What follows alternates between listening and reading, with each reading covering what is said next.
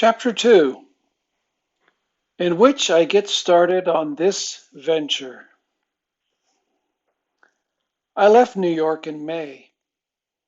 I had a penknife, a ball of cord, an axe, and $40, which I had saved from selling magazine subscriptions. I also had some flint and steel, which I had bought at a Chinese store in the city. The man in the store had showed me how to use it. He had also given me a little purse to put it in and some tinder to catch the sparks. He had told me that if I ran out of tinder, I should burn cloth and use the charred ashes. I thanked him and said, "This is the kind of thing I am not going to forget." On the train north to the Catskills, I unwrapped my flint and steel and practiced hitting them together to make sparks. On the wrapping paper, I made these notes. A hard, brisk strike is best. Remember to hold the steel in the left hand and the flint in the right, and hit the steel with the flint. The trouble is the sparks go every which way. And that was the trouble. I did not get a fire going that night, and as I mentioned, this was a scary experience. I hitched rides into the Catskill Mountains. At about 4 o'clock, a truck driver and I passed through a beautiful dark hemlock forest, and I said to him, "This is as far as I'm going." He looked all around and said, "You live here?"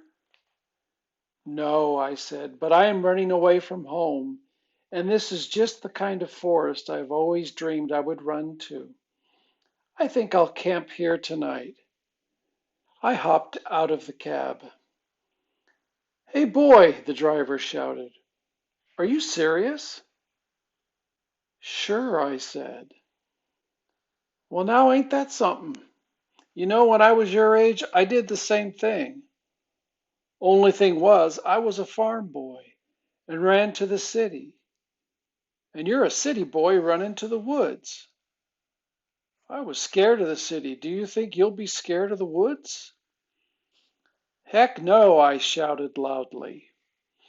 As I marched into the cool, shadowy woods, I heard the driver call to me, "I'll be back in the morning if you want to ride home." He laughed. Everybody laughed at me, even Dad. I told Dad that I was going to run away to great grandfather Gribley's land. He had roared with laughter and told me about the time he had run away from home. He got on a boat headed for Singapore, but when the whistle blew for departure, he was down the gangplank and home in bed before anyone knew he was gone. Then he told me, "Sure, go try it. Every boy should try it." I must have walked a mile into the woods until I found a stream. It was a clear, athletic stream that rushed and ran and jumped and splashed. Ferns grew along its banks, and its rocks were upholstered with moss. I sat down, smelled the piney air, and took out my penknife. I cut off a green twig and began to whittle. I've always been good at whittling. I carved a ship once that my teacher exhibited for parents' night at school. First, I whittled an angle on one end of a twig. Then I cut a smaller twig and sharpened it to a point. I whittled an angle on that twig and bound the two angles face to face with a strip of green bark. It was supposed to be a fishhook. According to a book on how to survive on the land that I read in the New York Public Library, this was a way to make your own hooks. I then dug for worms. I had hardly chopped the moss away with my axe before I hit frost. It had not occurred to me that there would be frost in the ground in May, but then I had not been on a mountain before. This did worry me because I was depending on fish to keep me alive until I got to my great grandfather's mountain, where I was going to make traps and catch game. I looked into the stream to see what else I could eat, and as I did, my hand knocked a rotten log apart. I remembered about old logs and all the sleeping stages of insects that are in it. I chopped away until I found a cold white grub. I swiftly tied a string to my hook, put the grub on, and walked up the stream looking for a good place to fish. All the manuals I had read were very emphatic about where fish lived, and so I had memorized this. In streams, fish usually congregate in pools and deep calm water. The heads of riffles, small rapids, the tail of a pool, eddies below rocks or logs, deep undercut banks, in the shade of overhanging bushes, all are very likely places to fish. This stream did not seem to have any calm water, and I must have walked 1,000 miles before I found a pool by a deep undercut bank in the shade of overhanging bushes. Actually, it wasn't that far. It just seemed that way because as I went looking and finding nothing, I was sure I was going to starve to death. I squatted on this bank and dropped in my line. I did so want to catch a fish. One fish would set me upon my way because I had read how much you can learn from one fish. By examining the contents of its stomach, you can find what other fish are eating, or you can use the internal organs as bait.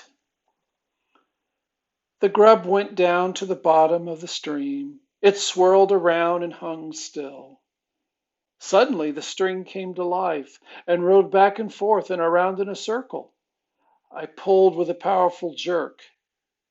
The hook came apart, and whatever I had went circling back to its bed.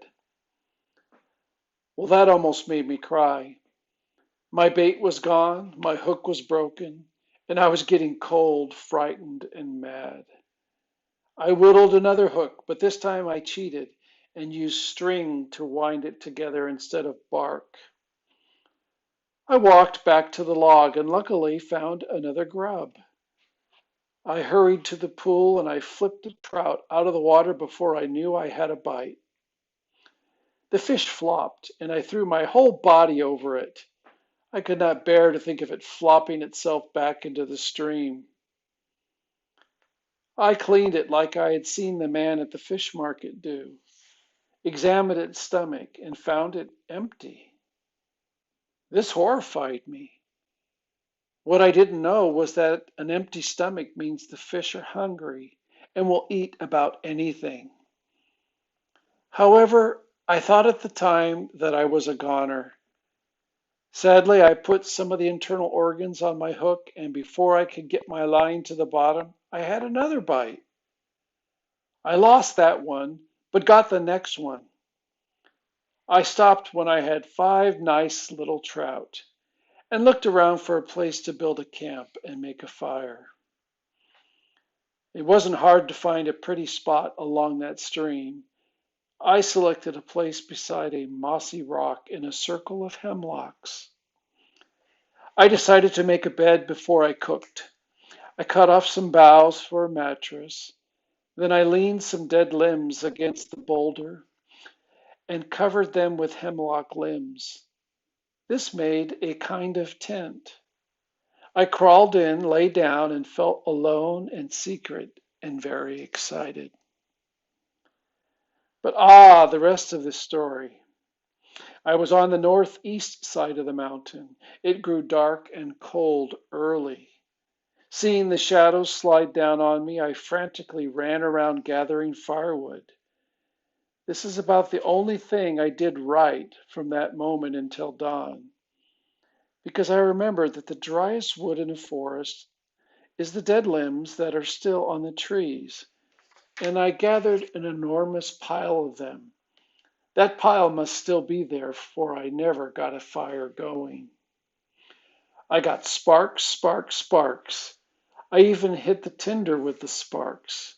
The tinder burned, all right, but that was as far as I got.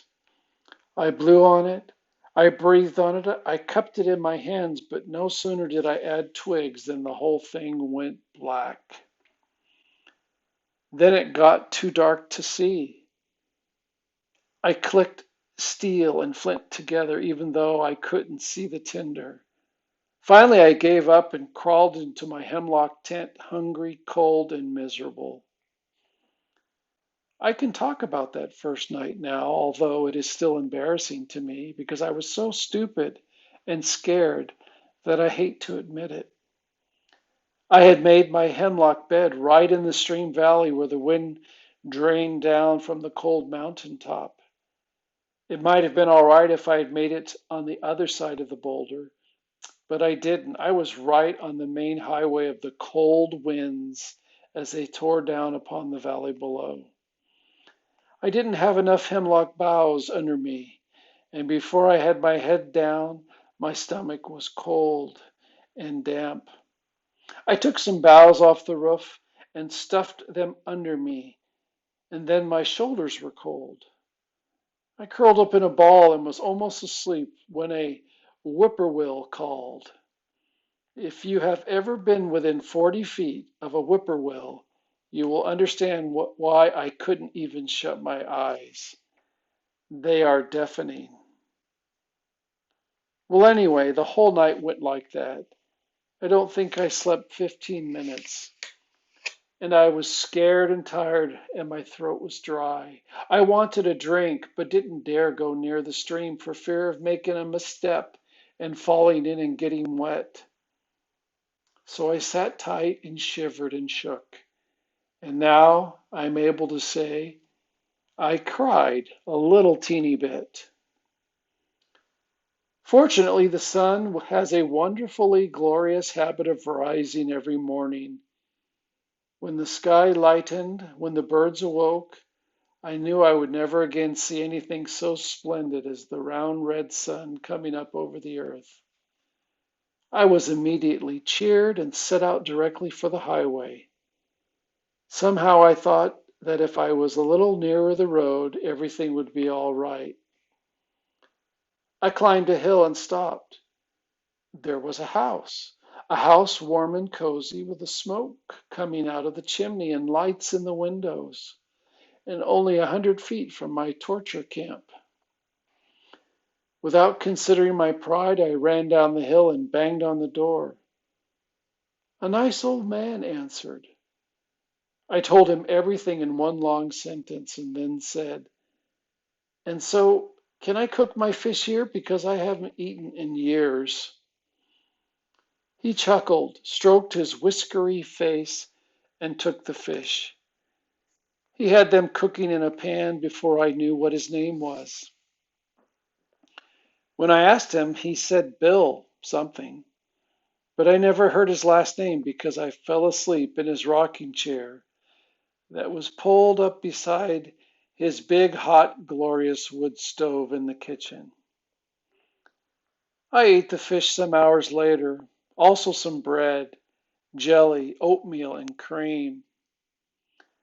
Then he said to me, "Sam Gribley, if you're going to run off and live in the woods, you'd better learn how to make a fire. Come with me." We spent the afternoon practicing. I penciled these notes on the back of a scrap of paper so I wouldn't forget. When the tinder glows, keep blowing and add fine dry needles one by one, and keep blowing steadily, lightly, and evenly. Add 1 inch dry twigs to the needles, and then give her a good big handful of small dry stuff. Keep blowing.